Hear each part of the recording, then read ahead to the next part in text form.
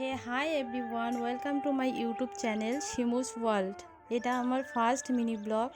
আজকে আমি first time মাটির থালা গ্লাসে আর্ট ট্রাই করলাম।